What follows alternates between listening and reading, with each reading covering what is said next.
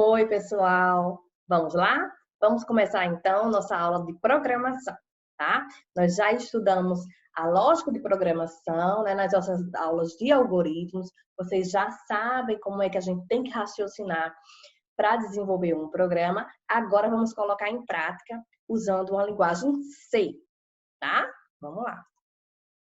Bom, então o que é uma linguagem de programação? Vamos começar falando assim, tá? Então são conjuntos de códigos que traduzem um algoritmo para um programa, tá? Essas linguagens de programação, existem várias, gente, várias, tá? Elas todas, o que é que elas têm em comum? Elas têm regras e palavras-chave específicas. Então, cada linguagem de programação tem seu próprio conjunto de palavras-chave que são específicas daquela linguagem e suas regras, tá? Mas a lógica de programação, ou seja, o que vocês aprenderam lá em algoritmos, vai continuar aqui. A ideia, a forma de raciocinar é a mesma. O que a gente vai mudar agora é a que a gente chama de sintaxe, tá? Ou seja, a gente vai escrever aqueles comandos que a gente fez lá em algoritmos usando as palavras-chave dessa linguagem aqui, tá? Qual é a linguagem que nós vamos usar? Nessa disciplina, nós vamos usar a linguagem C, tá? Podemos, talvez, usar alguns comandos de C++, mas a linguagem C++, tá? É uma linguagem que é próxima à linguagem C, só que ela tem uma outra abordagem, a gente chama de outro paradigma de programação, tá? Ela é usada quando a gente quer fazer uma programação orientada a objetos, que não é o foco da nossa disciplina, tá? Então, se a gente usar C++, vai usar C++ de forma estruturada, como a linguagem C é, ok? Mas a nossa base vai ser C. Então, o que é que eu tenho para falar para vocês? Que a linguagem C++, ela é, junto com Java, a linguagem comercial mais difundida do mundo, tá? Então, hoje também existe Python, que está sendo super utilizada, mas a linguagem C++ ainda está lá entre os tops, tá? Ela é uma extensão da linguagem C, tá? Então, como eu falei para vocês, a C++ é uma extensão, é uma linguagem que a gente usa quando a gente quer fazer uma programação orientada a objetos, né, que foge ao escopo da nossa disciplina, mas a gente pode usar essa linguagem sem usar o paradigma de orientação a objetos, né, de forma estruturada, tá? Então, vai ficar muito parecido com o que a linguagem C é, tá? Então, na verdade, para a gente tanto faz usar uma linguagem ou outra, mas como eu falei para vocês, eu acho que vou preferir usar a linguagem C, tá?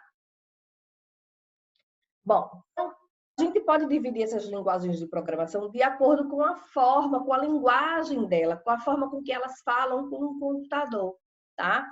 Então, o que é que acontece? Quanto mais próximo da linguagem humana for os comandos dessa linguagem, mais alto vai ser o seu nível, tá? Então, por exemplo, essas linguagens C, C++, Java, são consideradas linguagens de alto nível, porque os comandos delas são muito parecidos com a forma que a gente fala na nossa linguagem natural.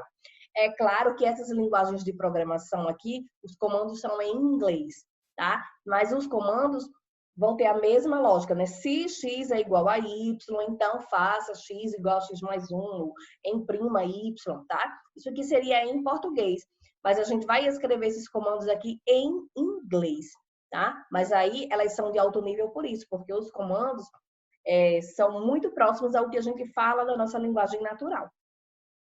Porém, existem linguagens e os seus comandos são muito mais próximos da linguagem de máquina, tá? Nesse caso, a gente diz que é uma linguagem de baixo nível.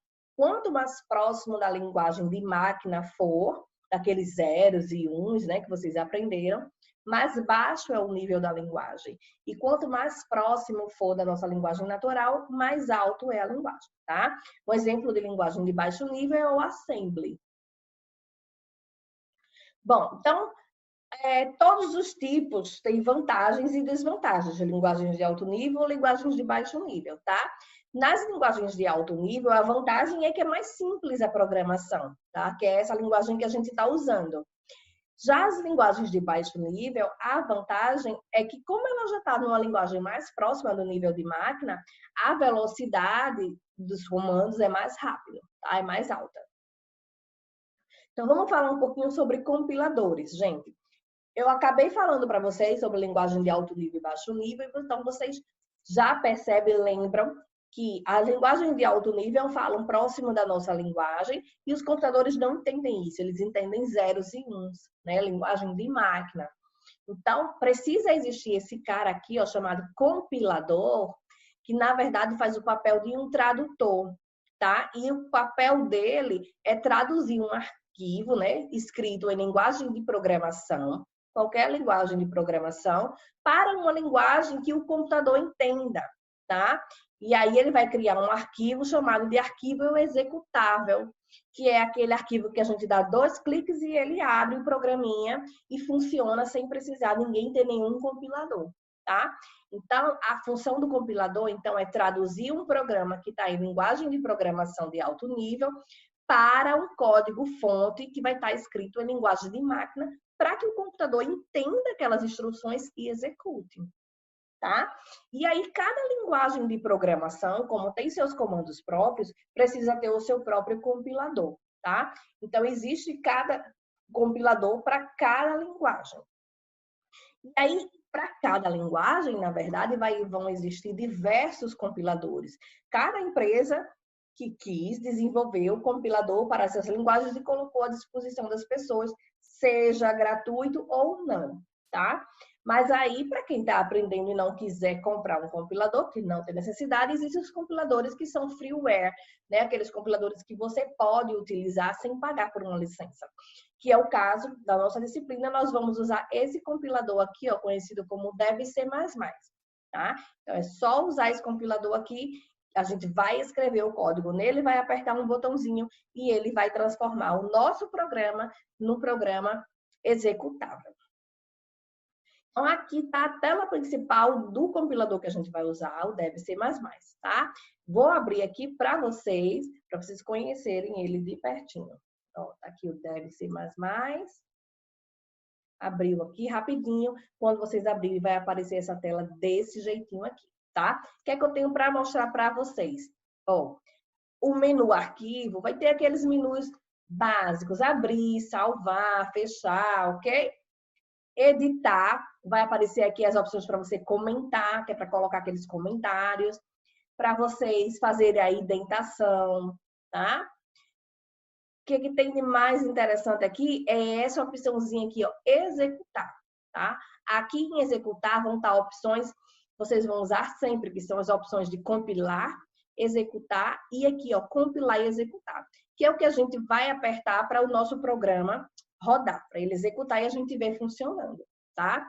Então, a primeira coisa que vocês têm que aprender é vir aqui, ó, em arquivo, novo, arquivo fonte.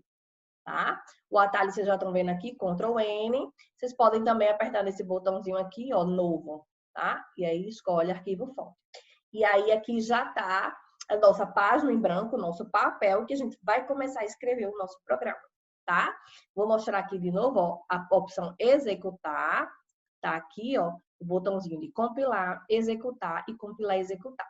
Qual é a diferença entre esses três, gente?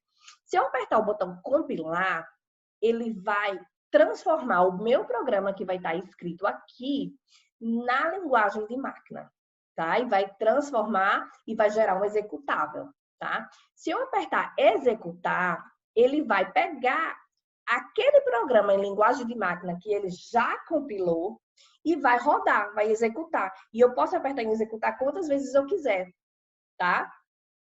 E aqui, quando eu aperto compilar e executar, ele faz essas duas coisas ao mesmo tempo.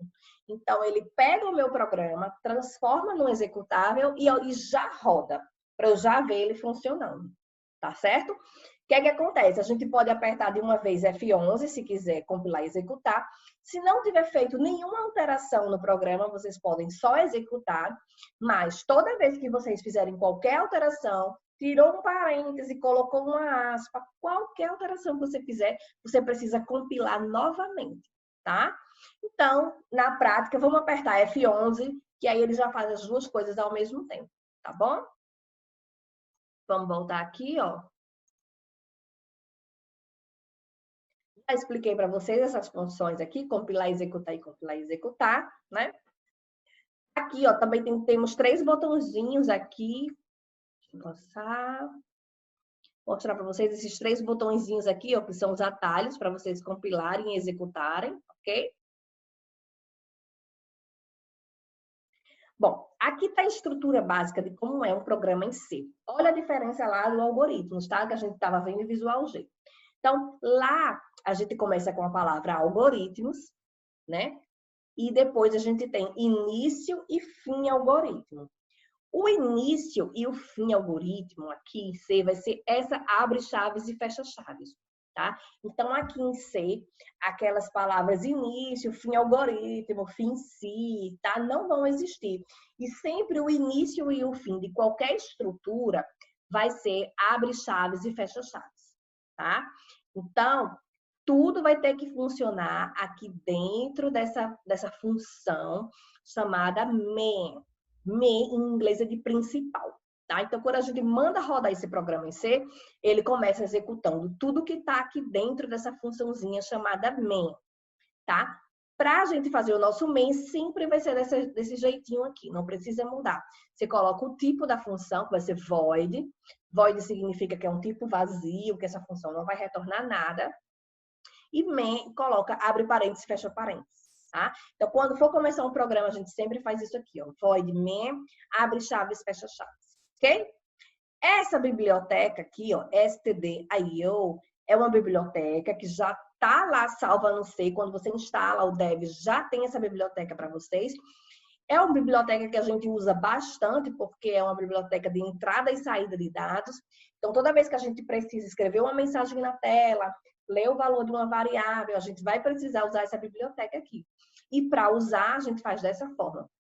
Hashtag include, ou seja, inclua essa biblioteca aqui, tá? Então, esses são os comandos básicos que vocês vão ter que colocar naquela folha em branco lá para começar o algoritmo, tá? Então, ó, as primeiras linhas são o cabeçalho do programa, que no caso estão aqui, ó, as bibliotecas que a gente vai usar. Só coloquei uma por enquanto, que é a biblioteca de entrada e saída, tá?